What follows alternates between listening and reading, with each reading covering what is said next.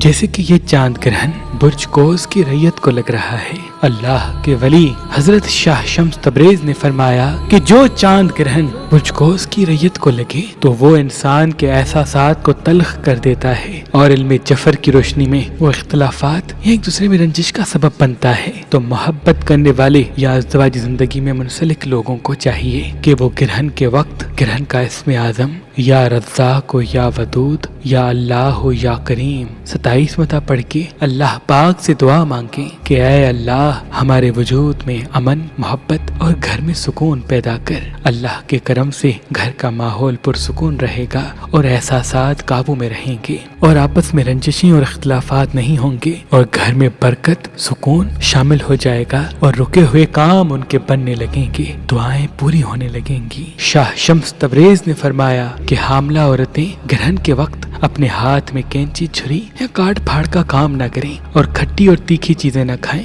اس گرہن کا وقت پاکستانی وقت کے حساب سے 30 نومبر پیر کے دن 12:32 سے شروع ہوگا، جس کا عروج دوپہر 2:42 تک جائے گا، اور جس کا اختتام 4:53 تک ہوگا۔